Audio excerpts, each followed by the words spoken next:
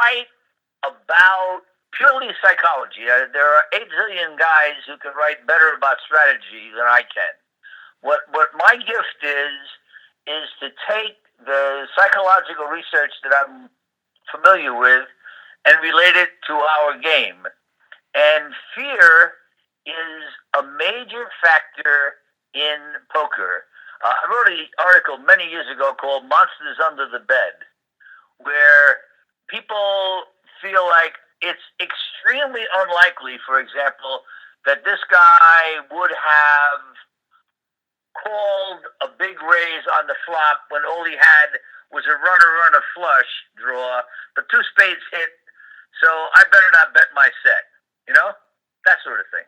Where they're saying that this is the worst thing that could happen, and it did! It did! How could it happen to me? No, it didn't happen, sir. Go with the logic. Yeah, I mean, I understand the fear factor because many times I'm sitting at a poker table, I'm up a little, right? I'm happy, I'm doing well, and I realize in a situation the guy hasn't got much, and a bluff here is going to work, and then I get this lingering thought, well, what if I'm wrong? There goes the profit, and you just don't pull the trigger. Well, yeah, we find something else is happening, is the way people let essentially irrelevant factors affect their decisions. Because you should play your hand exactly the same way if you're winning $1 zillion, losing $1 zillion, or flat even. All right? You really should. It doesn't make a dollar is a dollar is a dollar.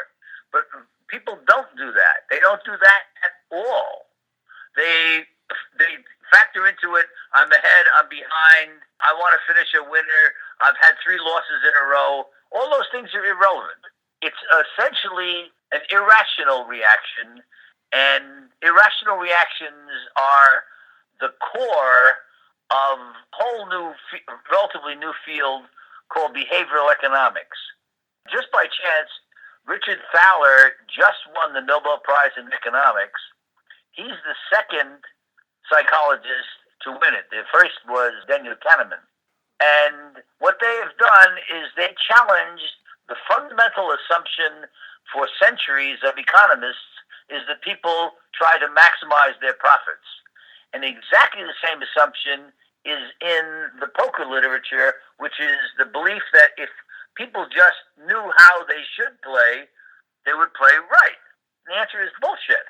Because everybody knows that they shouldn't do certain things, but they do. They know they shouldn't call under the gun with 7-5 offsuit, but you see it happen all the time, right?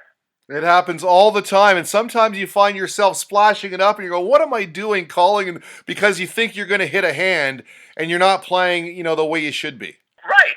In fact, the way I describe all of my work is I don't tell people how they should play. I tell them why they don't play the way they know how to play. Yeah, that's $1 million question, isn't it? Why?